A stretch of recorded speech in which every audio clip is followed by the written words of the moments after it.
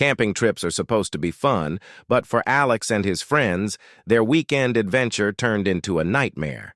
The group of 5 set up camp deep in Blackwood Forest, a place rumored to have a dark past. They ignored the warnings from the locals about people going missing. The first day was normal, hiking, storytelling, and roasting marshmallows by the fire. But at midnight, strange noises started echoing through the trees. Whispers, laughter, footsteps, yet no one was there. That night, Alex's best friend, Mark, stepped away to relieve himself, but never returned, thinking he might be playing a prank.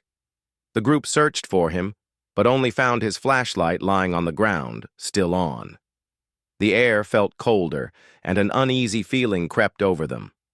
Hours passed. No sign of Mark.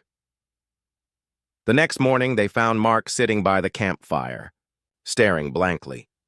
When they asked where he had been, he only muttered, "I was with them. They let me go."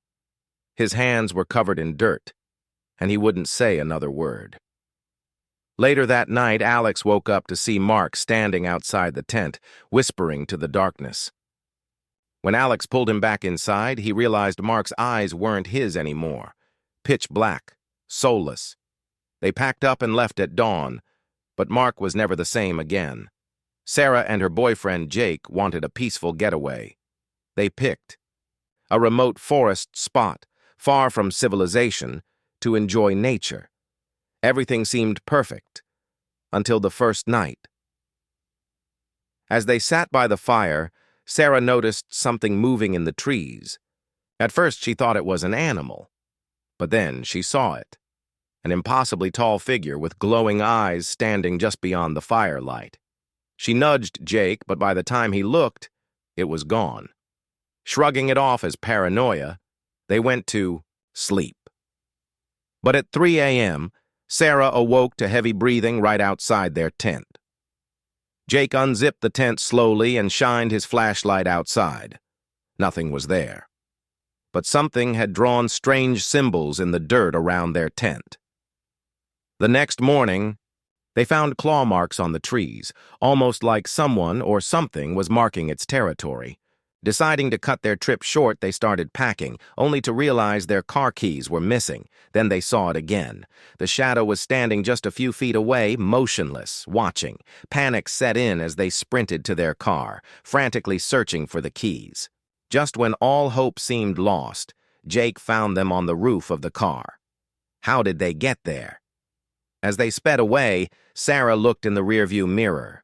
The figure was still standing at the edge of the woods, smiling. Kevin loved solo camping. It gave him peace, an escape from his busy city life. This time, he picked a secluded forest clearing, setting up his tent near a quiet lake. The first night was normal, until he woke up at 2 a.m. to find his backpack outside the tent, unzipped strange. He was sure he had placed it inside. Shrugging it off, he went back to sleep. But the next night, things got worse. He heard footsteps, circling his tent, slow and deliberate. Holding his breath, he peeked outside. No one was there. But the footsteps continued. Deciding it was animals, he forced himself to sleep. But at 4 a.m., he heard it again, breathing, this time inside his tent. Paralyzed with fear, Kevin slowly reached for his flashlight, heart pounding. He flicked it on and saw nothing. The tent was empty, but the flap was open. That was it. Kevin grabbed his keys and bolted for his car. As he sped away, he glanced back at his campsite. Someone was standing there watching him leave.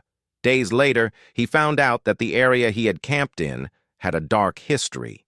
Other campers had gone missing from that very spot, their tents left behind, their fates unknown.